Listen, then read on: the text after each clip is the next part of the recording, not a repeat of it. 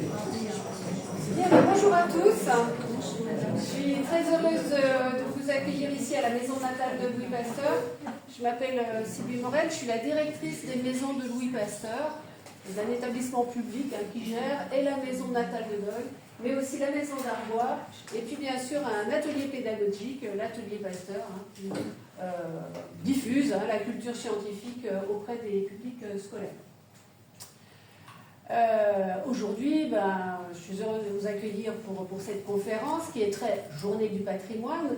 Et j'ai la joie d'accueillir Pauline Deschamps-Cannes, qui donc est chercheur à l'École pratique des hautes études et au Conservatoire national, voilà, j'ai déjà oublié.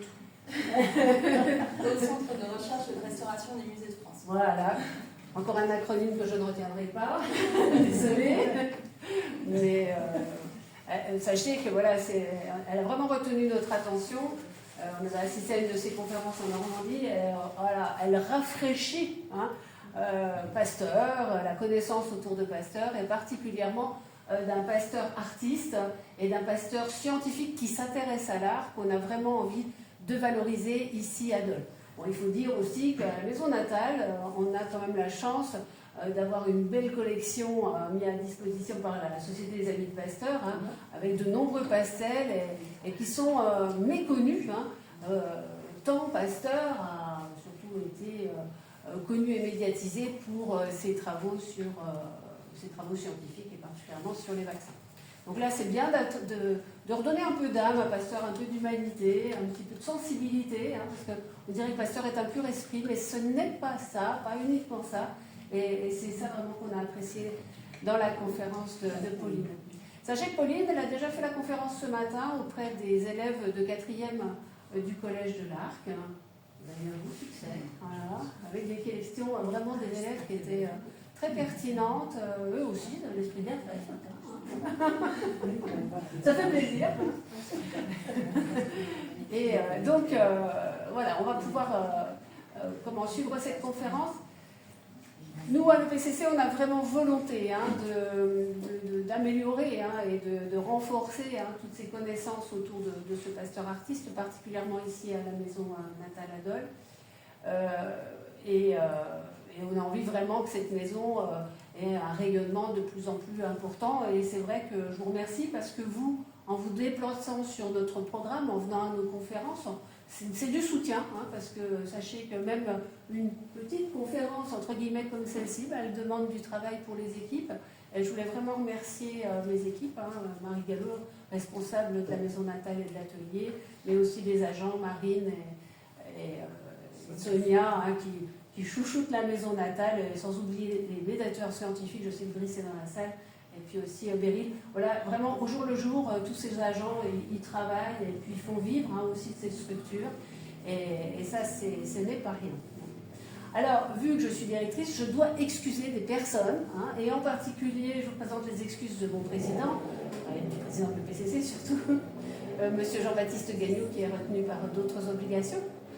Et puis, je dois aussi excuser monsieur Derain, qui est président de la région Bourgogne-Franche-Comté, et qui est représenté par Madame Lucchesi, mais qui n'est peut-être pas encore arrivée, voilà, mais qui arrivera sous peu. Je dois excuser Monsieur Ben, le DSDN de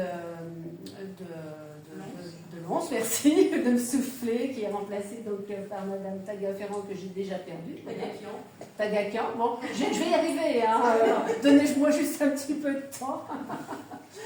Et donc, voilà, je crois que je n'ai oublié personne, en tout cas pour ceux que j'aurais oubliés, j'en suis désolée, voilà, mais c'est ça la vieillesse, vous devrez me supporter. Sachez simplement qu'à la fin de la conférence, il y a une petite surprise, et on pourra déguster une petite bière que nous avons concoctée avec l'Enilvio.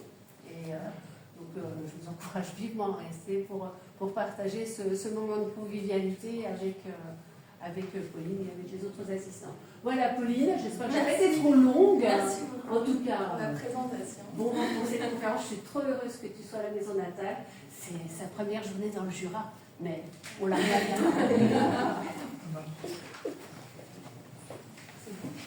Bravo.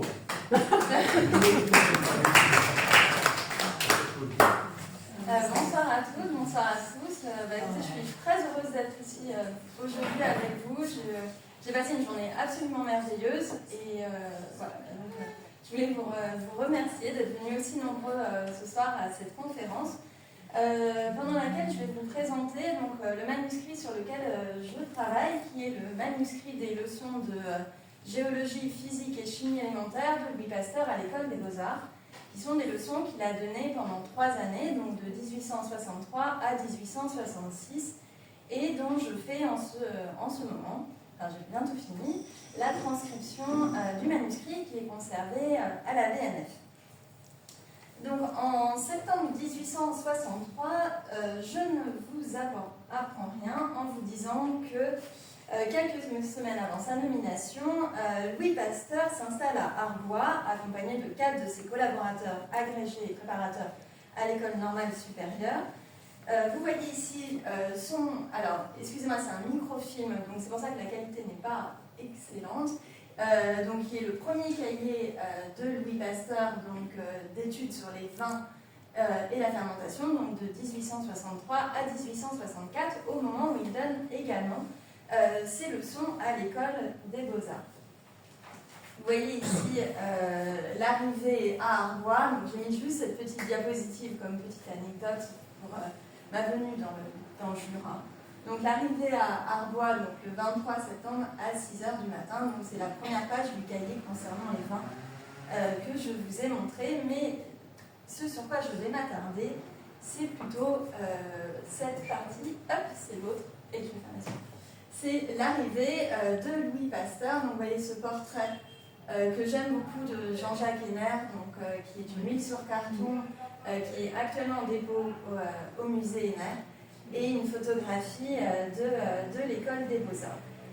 Donc, en 1863, Pasteur est membre de l'Académie des sciences. Il poursuit ses recherches sur les maladies des vins, tout en étant administrateur de l'école normale et directeur des études scientifiques.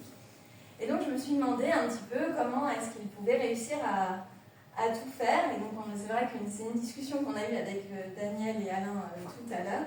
Et j'ai peut-être une piste, parce que j'ai trouvé dans les annales politiques et littéraires de 1864 un commencement de réponse lorsque le veilleur de nuit du collège de Besançon réveillait tous les matins Pasteur à 4h du matin avec cette phrase que je vais vous citer: « Allons, monsieur Pasteur, il faut chasser le démon de la paresse. » Donc je pense que ça nous donne peut-être une petite idée de tous les travaux qu'il a fait ensuite.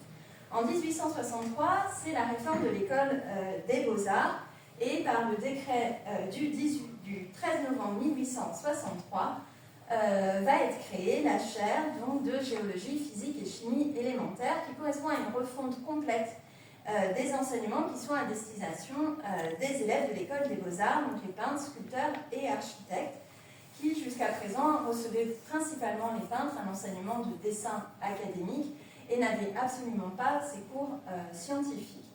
Et l'article 9 du décret du 13 novembre 1863 incite tous les hommes qui consentiraient à faire gratuitement part de leur savoir à venir transmettre leurs connaissances aux élèves de l'école des Beaux-Arts. Vous voyez ici les horaires du cours de Louis Pasteur qui varient donc selon les années. Donc là, vous avez ici l'exécution du décret du 13 novembre avec la nomination de M. Pasteur, membre de l'Institut en tant que professeur de géologie, physique et chimie. Donc ensuite, vous avez les cours pour l'année 1864 qui sont les lundis à 3h à dater du lundi 15 février.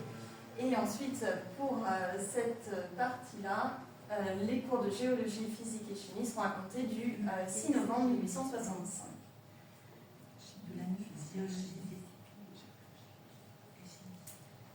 Alors, l'ensemble du manuscrit des leçons que Pasteur a donné à l'école des Beaux-Arts est conservé au département des manuscrits de la BNF. Donc, ça fait une somme d'environ 500 pages manuscrites. Donc, c'est un manuscrit qui est extrêmement important et on ne s'attend pas du tout à ce qu'il soit aussi dense quand on commence la transcription.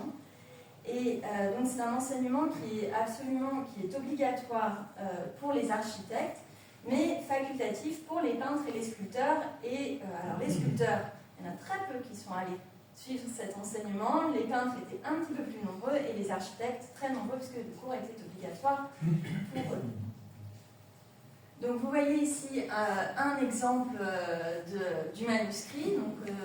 Donc moi ce qui m'intéresse particulièrement dans cette transcription du manuscrit, c'est vraiment d'entrer dans la construction du cours de Louis Pasteur, de m'attarder principalement sur toutes les parties qui ont été biffées pour vraiment pouvoir suivre l'intégralité du processus de création. Et donc dans la transcription que je fais, j'ai toute une partie en fait en annexe dans laquelle j'ai toutes les parties qui sont très longues, qui ont été biffées, ou toutes les pages qui ont été complètement rayées, je les mets en annexe. Et sinon pour les petits mots qui ont été supprimés ou biffés, je les garde dans le corps de la transcription du manuscrit. Donc là, vous avez ici un exemple des registres de laboratoire, parce qu'il y a également des registres de laboratoire qui sont conservés au département des manuscrits. Donc ici, vous avez un essai sur les mélanges des couleurs. Et là, avec sur la droite, une comparaison entre plusieurs toiles. Donc vous avez plusieurs armures. Et en fonction des tissages, Pasteur a varié les préparations qu'il faisait pour faire ses essais de peinture et ses reconstitutions en fait du travail, du processus créatif du peintre.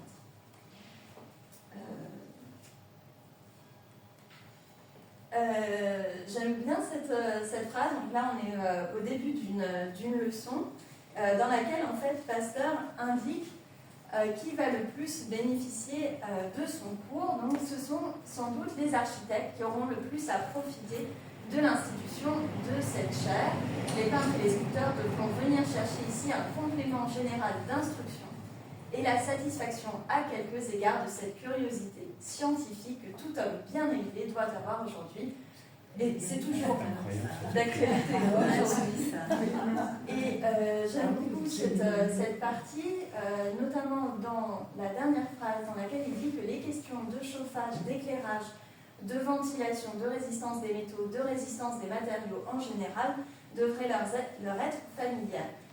Et cette dernière citation m'intéresse particulièrement parce que je me suis intéressée aux manuscrits qui ont précédé les leçons de Pasteur à l'école des Beaux-Arts, et notamment toutes les leçons qu'il a données à la faculté des sciences de Lille et en Sorbonne, pour essayer de comparer la pédagogie et comment Pasteur s'adresse à des non-scientifiques. Est-ce qu'il adapte son enseignement quand il a en face de lui des personnes qui sont non-scientifiques et qui ne connaissent pas tous les phénomènes dont il parle? Et en réalité, je me suis rendu compte qu'il était beaucoup plus didactique avec des chimistes et des physiciens qu'avec les architectes, les peintres et les sculpteurs. Et donc il rentre vraiment dans le détail. Donc c'est très intéressant de comparer les deux manuscrits, enfin les trois manuscrits. Et en fait, l'une des pistes que j'ai pour expliquer en fait cette différence dans la pédagogie, c'est vraiment dans cette dernière phrase, quand il dit que ces phénomènes leur sont familiers.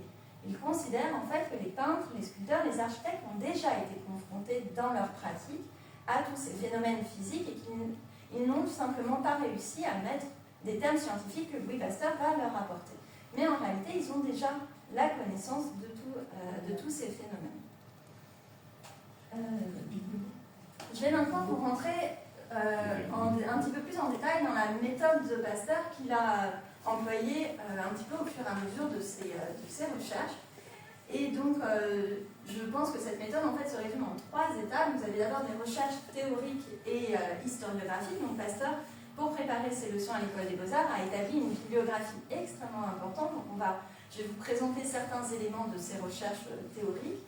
Ensuite, Pasteur, dans un deuxième temps, une fois qu'il a une maîtrise, un socle, un petit peu de connaissances théoriques, il va s'enquêter et s'entretenir avec les professionnels de l'objet d'étude, donc avec des architectes, des géologues, des peintres, des restaurateurs et un rentoileur aussi de toile.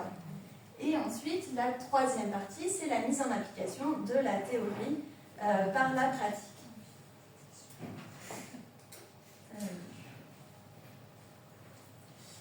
Donc vous voyez dans les recherches théoriques et historiographiques, donc là vous avez un exemple d'un manuscrit qui était le manuscrit de la faculté des sciences de Lille, et on a une petite idée, donc c'était concernant cette leçon sur le carbone, et dans laquelle Pasteur dit leçon difficile et qui exige beaucoup de lecture et de travail préalable, et c'est ce qu'il va faire exactement à l'école des Beaux-Arts, en reprenant tous les manuels qu'il va trouver sur la peinture notamment, et notamment deux manuels très importants qu'il va étudier. Vous avez le manuel de la peinture à l'huile de Mérimée, Jean-François Léonard Mérimée, et le mémoire sur la peinture à l'encaustique et sur la peinture à la cire du comte de Caylus, qu'il va annoter. Vous avez ici des annotations qu'il a faites en lisant ce mémoire sur la peinture à la cire et la peinture à l'encaustique. Et ce qui est assez amusant, c'est de voir ensuite ce que Pasteur fait de ces différentes lectures. Alors là, c'est un commentaire qu'il a fait après avoir lu le manuel de Mérimée.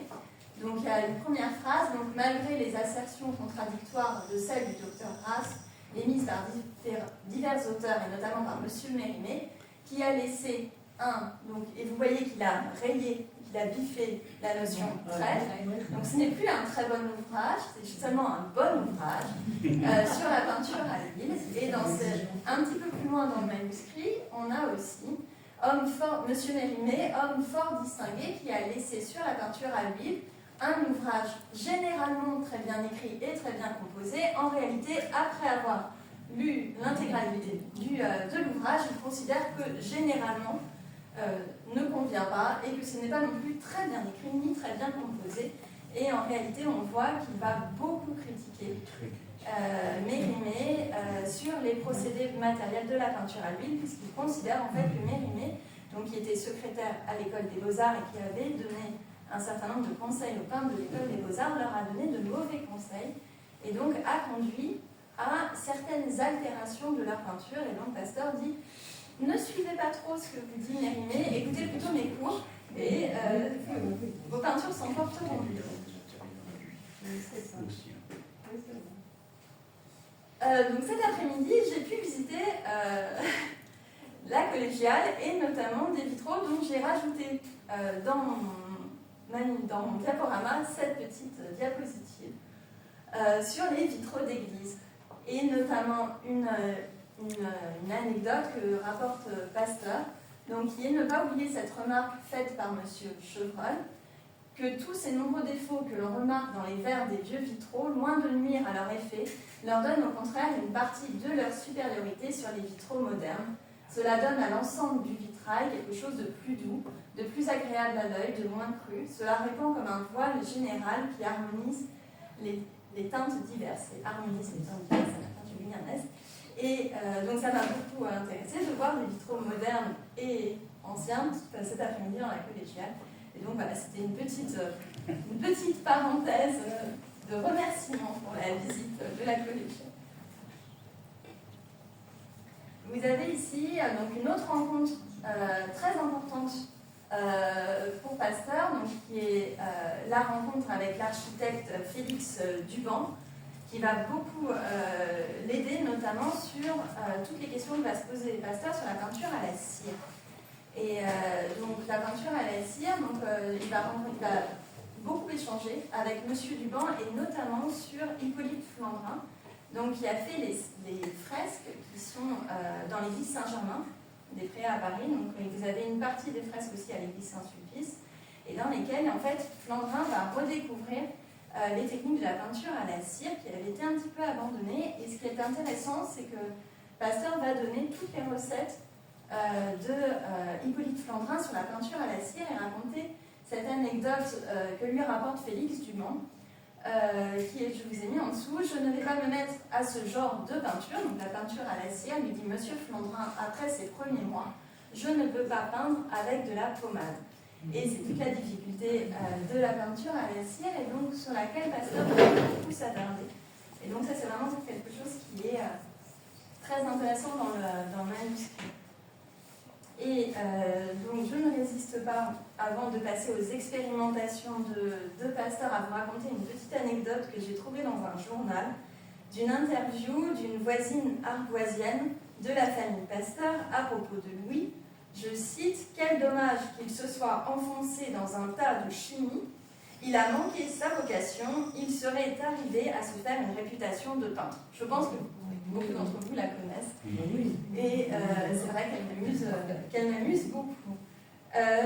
Ensuite, Pasteur va mettre en application toute la théorie et les échanges qu'il a eus avec les différents acteurs de l'art par la pratique d'expériences scientifiques. Donc vous avez ici un exemple des tableaux qu'il va faire, et dans lesquels, dans une partie du manuscrit, il indique que les expériences soient bien préparées à l'avance, toutes prêtes, qu'aucune d'elles ne languisse et que l'exposition soit simple et nette, sans répétition inutile. Ne pas se laisser aller à répéter. Si l'on aperçoit quelques visages qui paraissent ne pas comprendre, il faut parler pour les meilleurs. Donc comme moi ce soir, je ne parle que pour Oh, merci Pauline.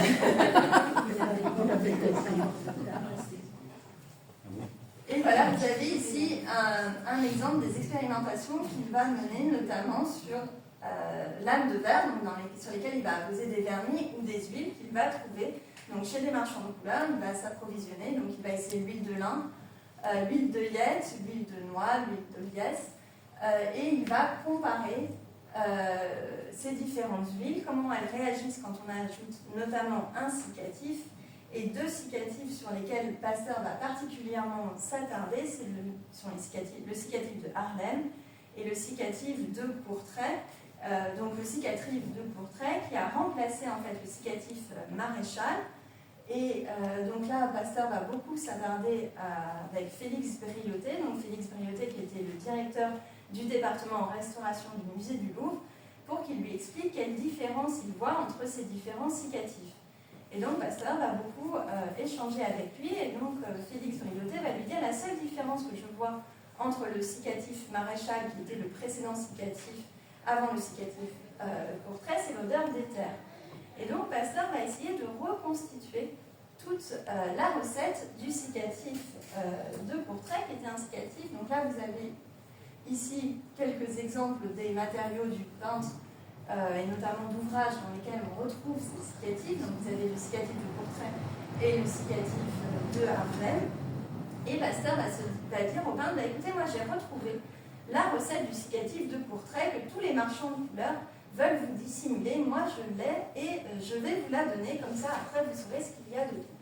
Et c'est ce qu'il a fait. Donc c'est assez amusant de voir les reconstitutions qu'il a fait, et donc notamment après sa rencontre avec Briottet, Pasteur va beaucoup s'attacher aussi au vernis. Et il note en marge de ses notes et de sa rencontre avec Félix Briottet, recueillir dans un atelier de restaurateur du vernis jaune très ancien, à l'aide de l'alcool faire évaporer, et étudier les propriétés de ce vernis par comparaison avec un vernis plus récent. Donc Pasteur va essayer de reconstituer toutes les recettes qu'il va pouvoir trouver. Et donc, il y a une petite anecdote sur le cicatif de Courtrai, sur l'influence des cicatifs. Donc, vous voyez ici donc les résultats sur la dessiccation des couleurs. Donc, les cicatifs, donc ce matin, je ne l'avais pas dit dans le collège, et après, on m'a posé la question sur ce qu'était un cicatif. Donc, c'est pour accélérer le séchage de la peinture, et notamment de l'huile qui est utilisée pour délayer la peinture. Et là, donc, il donne des conseils donc, sur l'emploi simultané de l'huile de liette qui joue le rôle d'anticicatif. Le peintre en ajoute plus ou moins selon la couleur. Et donc, avec le blanc de plomb, il ne mettra pas de cicatif et seulement de l'huile de liette, puisque le blanc de plomb, en fait, c'est quelque chose. C'est un pigment qui a des propriétés cicatives, qui était très connu donc, dans la peinture à l'huile depuis la Renaissance, qui était utilisée. Donc, les peintres, normalement, le savaient, mais le Pasteur le précise quand même. Et avec une laque, il mettra peu d'huile de liette et une quantité suffisante et relativement grande de cicatifs de Courtrai. Donc ici, je vous ai mis d'autres exemples de matériaux donc disponibles pour les peintres. Donc vous avez le cicatif de Courtrai, que vous voyez ici, le cicatif de Harlem, Et vous avez quelque chose qui m'intéresse particulièrement, donc le cicatif de Harlem. Vous voyez qu'il est vendu par le pharmacien du Rosier à Paris. Et c'est là où Pasteur va aller se fournir. Et donc, vous voyez notamment aussi le copal en pâte, donc, que Pasteur va étudier également. Et l'huile de liesse que vous voyez ici, que Pasteur va étudier également. Donc, ce qui est intéressant, c'est qu'on a dans le manuscrit des informations sur le fonctionnement d'un atelier de restauration, qui est l'atelier de restauration du musée du Louvre, dirigé par Briotet. Et Briotet déclare qu'il préparait un mélange du cicatif de Courtrai, acheté chez Colpon. Donc là, vous avez un cicatif, donc là, je ne sais pas si le cicatif de Courtrai, on a l'adresse, mais Briotet lui dit qu'il faut l'acheter chez Colpon. Donc il donne toutes ses adresses à Pasteur, et Pasteur ensuite va se déplacer. Donc, ce qui est intéressant, c'est de faire une petite carte de Paris pour voir où Pasteur se fournit. Et donc, il lui conseille d'acheter le cicatif de Courtrai chez Colpon, qui est du Louvre. Et Pasteur précise donc une petite anecdote. Lorsque Pasteur est rentré dans son atelier, il lui dit: vous voyez, j'étais en train de préparer un ton brun de style de grain, et qui est une couleur qui, normalement, lorsqu'on la met sur la palette, sèche en plusieurs mois. Et là, vous voyez, ça fait 15 minutes que l'on parle, et regardez, cette couleur est déjà sèche, puisque j'ai utilisé du cicatif de Courtrai. Et donc, tous ces échanges avec les restaurateurs, Pasteur va en tirer plusieurs conclusions, notamment sur le dévernissage, puisqu'il y a il raconte, donc il y a quelques années, une vive discussion s'est élevée au sein de l'Académie des Beaux-Arts lorsqu'il s'est agi du nettoyage et de la restauration des tableaux du Louvre. Et donc il précise que lui a raconté M. Robert Fleury, donc le directeur de l'École des Beaux-Arts, en disant qu'un nommé Laine a inventé une eau qui est si forte qu'elle enlève d'un seul coup d'éponge 10 couches de vernis. Et donc il y a eu toute une discussion sur jusqu'où doit aller la restauration. Est-ce que enlever 10 couches de vernis sur des peintures italiennes dans lesquelles il y a beaucoup de glacis, est-ce qu'on ne retire pas des couches superficielles qui participent de l'œuvre? Et donc là, Pasteur rapporte un petit peu cette discussion en disant que peut-être pour des flamands, ça pourrait s'appliquer, mais que c'est déconseillé évidemment chez d'autres peintres. Et vous voyez ici une note qu'il a prise aussi sur le nettoyage des peintures à l'huile. Sur le rendu, en fait, sur le nettoyage des tableaux, qui en enlevant la crasse et le vernis rend beaucoup d'éclat aux teintes. Mais il ne faut pas se faire d'illusions, ce sont les chairs qui reprennent de la fraîcheur. Mais les demi-ombres et les ombres changent avec le temps de façon à ne pas pouvoir se rétablir par le nettoyage. Et ça, je trouve que c'est assez intéressant pour aujourd'hui, nous, les restaurateurs. Donc moi, je travaille beaucoup avec des restauratrices, et notamment avec la restauratrice donc, des fresques d'Hippolyte Flandrin à Saint-Germain-des-Prés et à Saint-Sulpice. Et donc, c'est vrai qu'on a beaucoup d'échanges, parce que c'est des questions qui sont très d'actualité aussi. Jusqu'où doit-on aller dans la restauration? À partir de quel moment on s'arrête? Est-ce qu'on doit reconstituer des parties altérées ou non? Et donc ça, c'est vraiment des échanges que l'on a à l'occasion de cette transcription de manuscrits.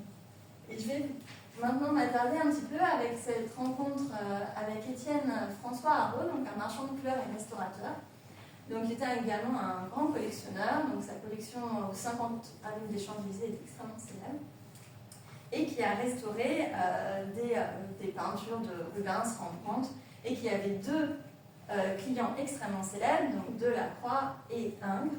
Donc, je vais vous raconter après une petite anecdote là-dessus, mais pour vous montrer que dans les renseignements divers que Pasteur a pris donc en échangeant avec les différents professionnels, vous voyez, restaurateur de vieux tableaux, le meilleur, Haraud, rue Bonaparte, en face la rue du Marais, indiqué par M. Robert Fleury. Donc un marchand de couleurs, donc Édouard rue Bréda, donc rue Bréda c'est dans le 9e. Les meilleurs de mes peintres s'adressent à lui, indiqué aussi par M. Robert Fleury, et les couleurs à la cire, donc par M. Durosier, pharmacien de Menton. Je vous ai parlé quelques minutes avant.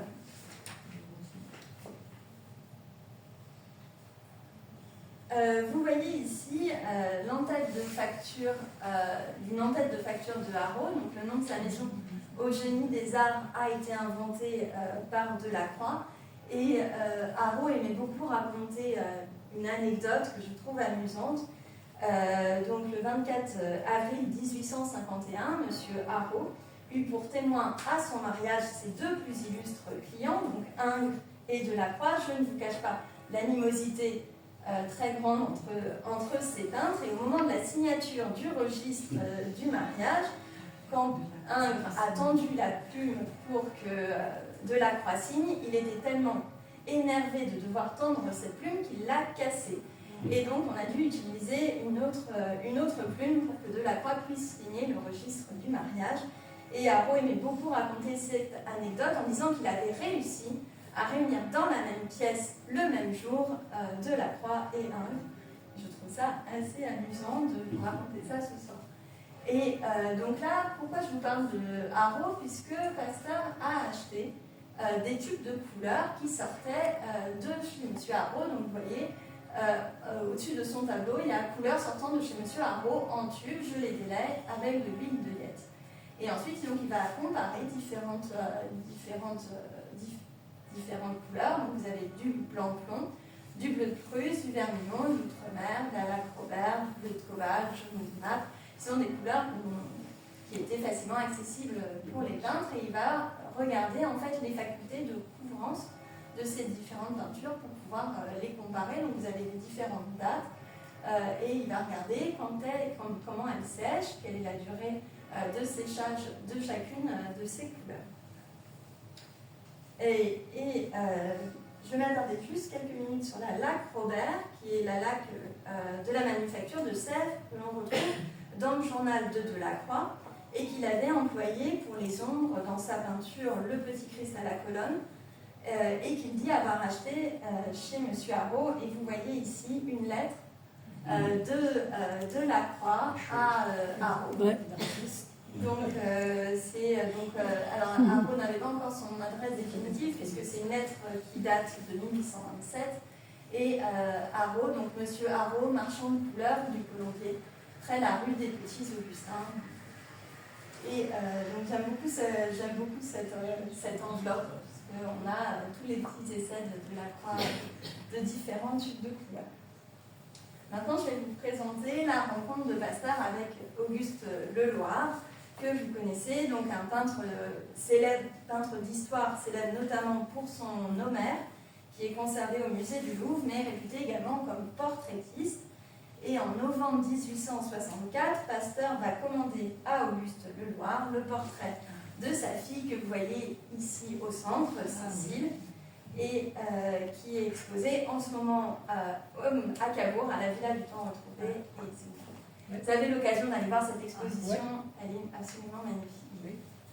Et donc ce qui est très intéressant, vous voyez ici dans le manuscrit des leçons à l'école des Beaux-Arts, Pasteur a dessiné à côté de ses leçons un petit croquis de Cécile, et c'est assez émouvant de voir ce croquis. Donc, pour revenir à la rencontre entre Pasteur et Leloir, donc Pasteur va assister à l'ensemble des séances, des 8 séances qui seront nécessaires pour la réalisation de ce portrait, qui va durer 10 jours. Donc ça commence le 18 novembre 1864 jusqu'au 28 novembre 1864, et ça nous renseigne sur le processus créatif, depuis l'esquisse au crayon ordinaire avec juste les ombres dessinées par des hachures à la mine de plomb et jusqu'à la position des différentes couches picturales.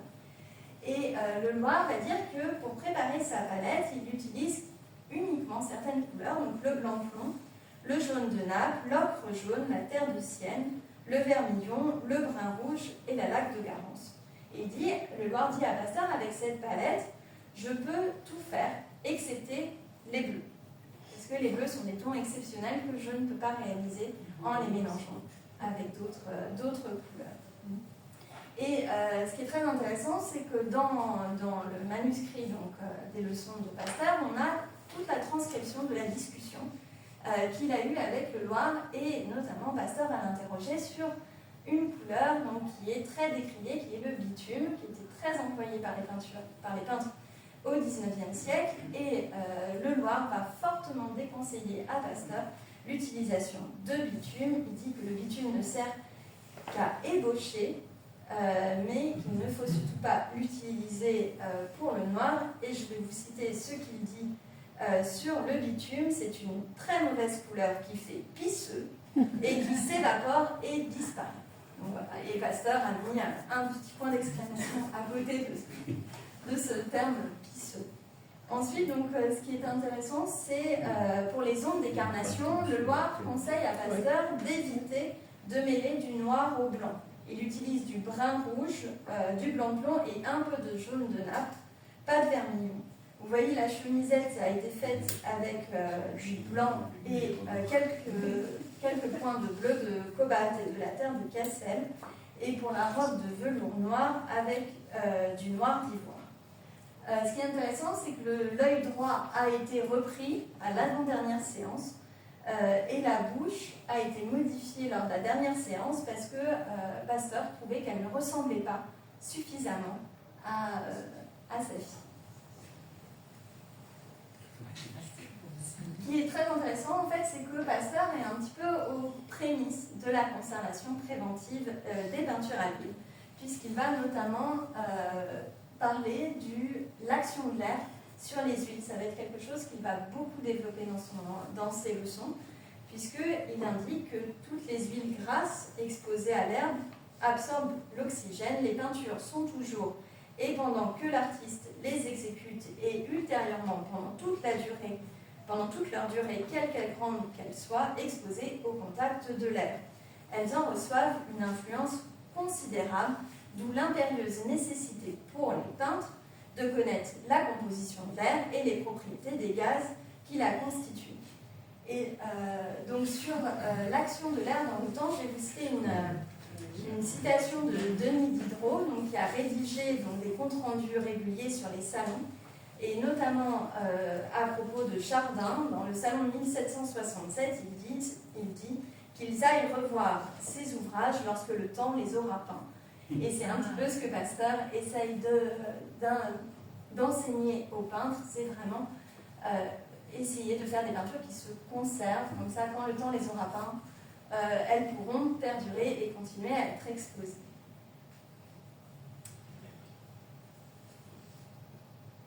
Donc là, je vous fais une citation sur les questions de conservation qui sont vraiment au cœur des discussions, donc dans la deuxième moitié du 19e.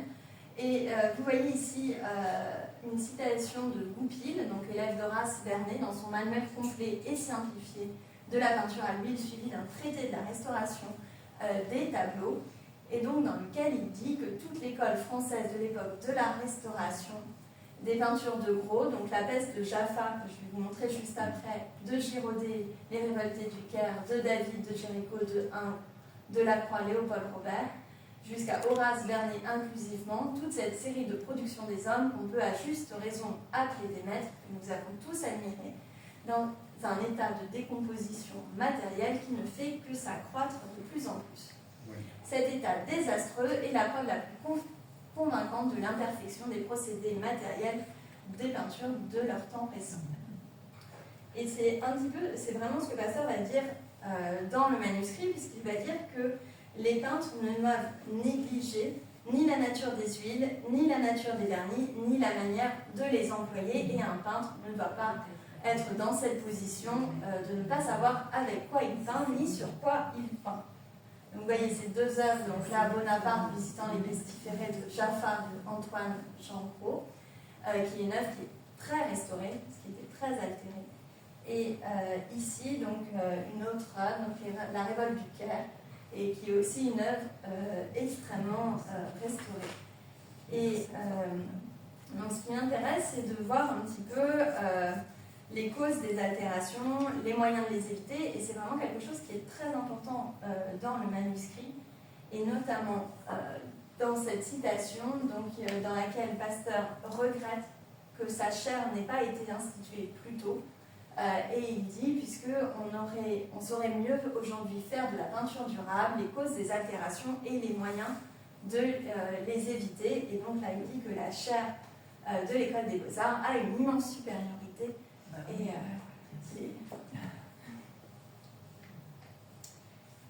Donc ce qui est intéressant aussi, c'est la comparaison que va faire Pasteur. Donc là, je vous donne quelques exemples du manuscrit, parce que je ne peux pas tout développer avec vous ce soir. Donc la différence qu'il a fait entre les huiles cicatives et les huiles non cicatives, puisque si les peintres habituellement n'utilisent pas d'huile d'olive pour la peinture, Pasteur se dit mais pourquoi je n'essaierai pas moi non plus de peindre avec de l'huile d'olive? C'est ce qu'il a fait. Et il a dit, effectivement, l'huile d'olive, ça ne marche pas avec la peinture, mais il a quand même tout de même essayé.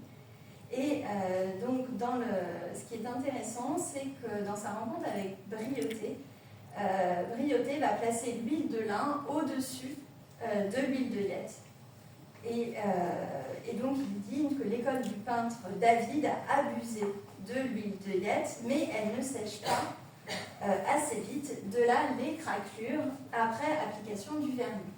Et donc Pasteur va aller voir Mortemart, qui est un rentetoileur, donc successeur de Aquin, et il va lui demander quelle est la différence entre un écartement de la toile et une craquelure. Et donc Mortemart va lui expliquer la distinction. Donc les fissures sont dues à des variations de température, alors que les écartements de la peinture sont la conséquence d'un vernis appliqué avant que la peinture ne soit sèche. Et de là, Pasteur va tirer un certain nombre de conseils à donner à ses élèves.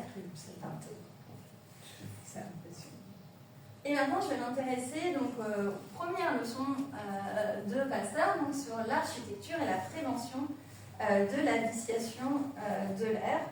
Et je vais vous rapporter une petite anecdote qui est dans sa première leçon, dans laquelle Pasteur dit « Tout en m'abandonnant au charme de la parole brillante du professeur, je vis que la salle d'un palais nouvellement restauré, n'avait aucun moyen de ventilation. Quelques vasistas auraient pu être ouverts, mais on les avait tous soigneusement fermés parce qu'évidemment, ils auraient incommodé les assistants. Je mesurais des yeux la capacité de la salle et ensuite il fait les calculs pour vérifier si la ventilation et le renouvellement de la salle est suffisant, et en fait il se rend compte que non, et il a une sorte d'angoisse en disant que le renouvellement de l'air ne se fait pas dans ce palais nouvellement restauré.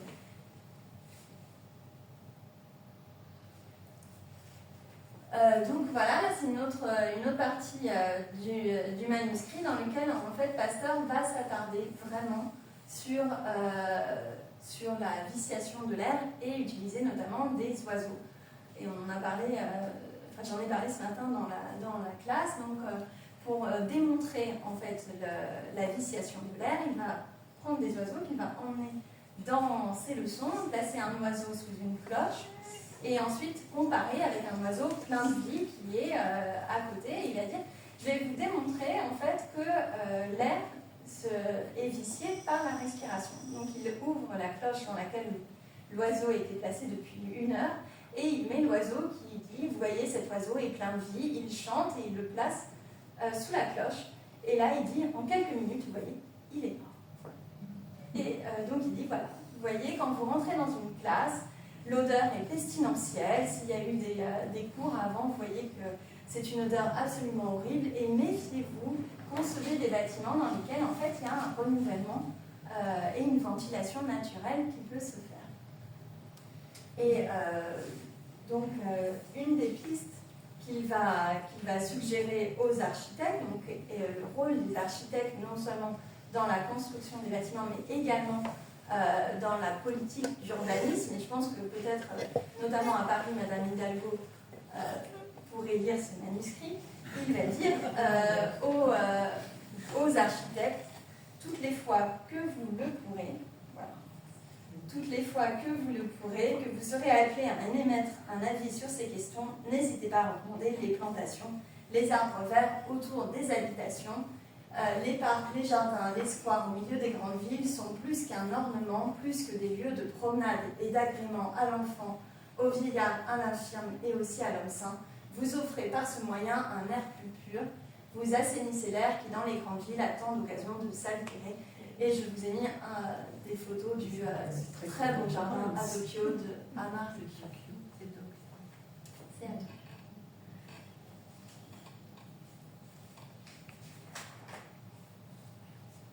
Donc le rôle de l'architecte dans les constructions, l'architecte doit faire en sorte que l'air expiré et impur soit expulsé au fur et à mesure de sa formation et remplacé par une quantité équivalente d'air pur de l'extérieur. Et donc on atteint ce résultat par la ventilation, qui n'est autre que le renouvellement de l'air des lieux habités. Et Pasteur va donner plusieurs catégories d'exemples de construction dans lesquelles la vitiation d'air est très importante, comme les hôpitaux ou les prisons, qui sont des lieux de concentration obligés, pour reprendre Michel Foucault, et dans lesquels il va recommander un certain nombre de préconisations, notamment celle d'éloigner les malades contagieux, donc des malades sains. Et vous voyez ici que les leçons de Pasteur ont eu une incidence dans le grand concours d'architecture de 1868, qui avait pour objectif de construire un hospice. Et alors là, je ne vais peut-être pas rentrer dans tous ces détails.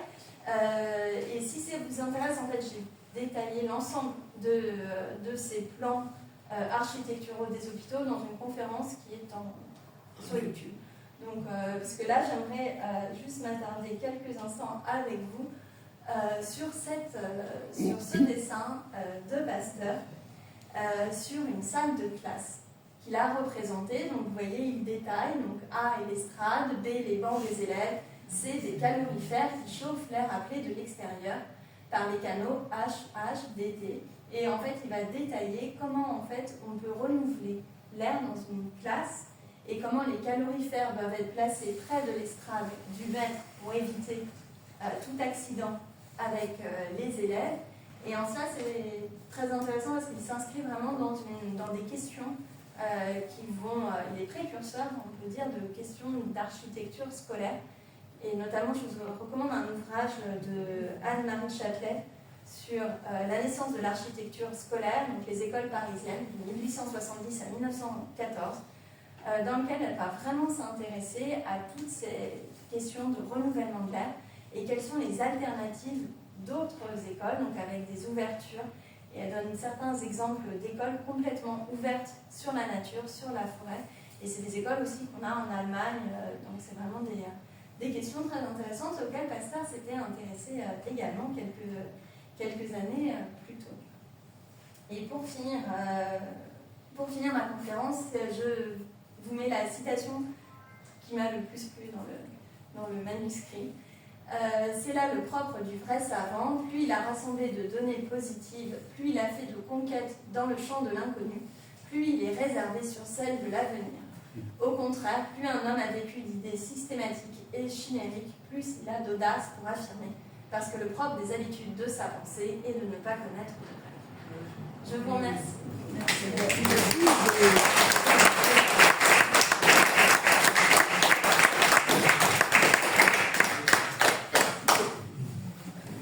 N'hésitez pas si vous avez des questions. Une question.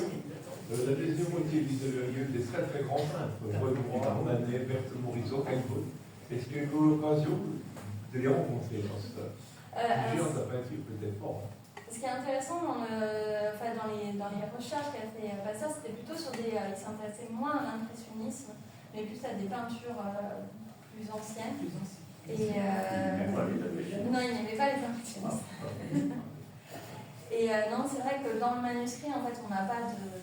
C'est vraiment les acteurs qu'il peut rencontrer, en fait, qui l'intéressent le plus. C'est vraiment de faire ces échanges avec les acteurs, et c'est ce qu'on voit dans le manuscrit. Il a vraiment essayé de rencontrer le plus de personnes dans les milieux sociaux parisiens pour construire son cours. Ça, c'est...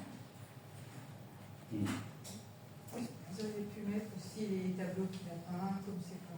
Oui, alors c'est vrai, comme moi, c'est vraiment la transcription de 1863-1866 qui m'intéresse, parce que c'est la transcription maîtrise de ça. Et sur les pastels, il y a Émeline Pouillet qui est une chercheuse qui travaille sur les pastels, et je pense qu'elle vous a peut-être fait une conférence. Alors pour l'instant pas programmé, mais il devrait y avoir une conférence sans doute sur début 2026. Mais il est clair que ce travail qu'a fait Pauline, il arrive vraiment au complément d'un travail que le PCC a lancé avec la Société des Amis de Pasteur. Merci d'ailleurs à la Société, où justement on a voulu un petit peu documenter les pastels réalisés par Pasteur avec une approche scientifique en utilisant des technologies qui permettent vraiment de voir ce qu'il y a sous les couches, et voir quel papier utiliser, quel pigment utiliser aussi, puisqu'on aurait voulu identifier des fournisseurs. Certains existent encore aujourd'hui, donc ça aurait été l'occasion. Voilà, donc cette conférence viendra, mais sachez que oui, c'est quelque chose qui effectivement est dans le programme d'études autour des pastels. Une autre question pour vous. Vous êtes sûrement tous des passionnés de pasteurs, je suppose, sur ce livre-là. Le fameux berger Jupille, qui a été sauvé, le premier sauvé de la rage, et ça s'appelle à parler. Le deuxième. Est-ce qu'on a des détails sur le suicide du berger Jupille en 1940? Alors, c'est pas tellement le sujet de la conférence de... C'est des nouveautés, c'est impressionnant dans ce moment. C'est impressionnant. Je vais vous poser la question, c'est le mystère. Suicidé au gaz. pas d'informations sur... Pas avec des cicatrices. Est-ce qu'il reste quelque chose de ces cours, j'allais dire, de physique et de chimie fondamentale avec démonstration et compagnie aujourd'hui dans les filières artistiques, en Beaux-Arts et peut-être... Aux Beaux-Arts, non. Alors j'avais rencontré l'ancienne directrice de l'école des Beaux-Arts, Alexia Fabre, qui avait dit que ce serait très intéressant de remettre ces cours. Vous avez certains cours à l'école du Louvre, notamment, vous avez quelques conservateurs, quelques scientifiques qui viennent donner des cours. Et ensuite, vous avez plutôt des masters spécialisés en restauration, où là, vous avez vraiment des cours de chimie. C'est bien chimiste.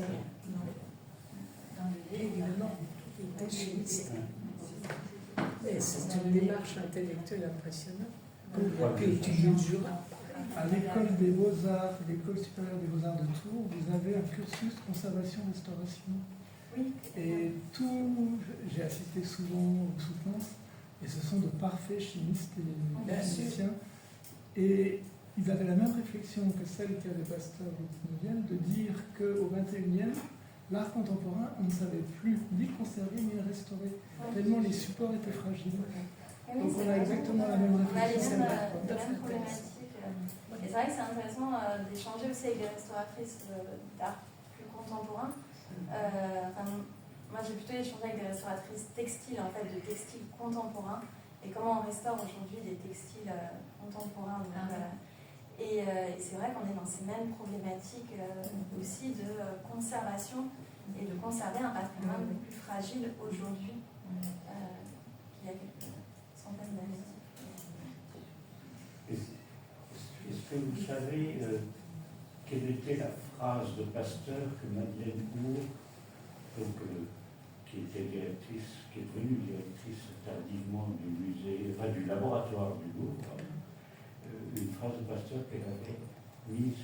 Oui, elle est dans la leçon inaugurale de Pasteur. C'est alors, je la connais pas par cœur, mais je l'ai dans le manuscrit. Le sens. Est-ce que c'était sur l'apport de la science? Oui, c'était vraiment sur la... c'était ça. Oui, sur le... Attendez, je pense que... Parce qu'à un moment, je pense que c'était aussi qu'à l'entrée du laboratoire, je vais vous la retrouver. Le chercheur, le savant devait laisser ses convictions religieuses à la porte du laboratoire. Oui, voilà, c'est ça. Mais c'est peut-être pas cette phrase. Alors, je ne crois pas que ce soit celle-ci. Je suis certain que le chimiste et le physicien peuvent être d'un apport utile aux artistes, quelque chose comme ça.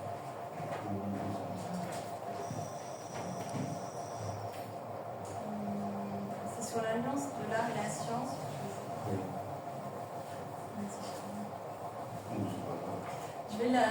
Ah voilà.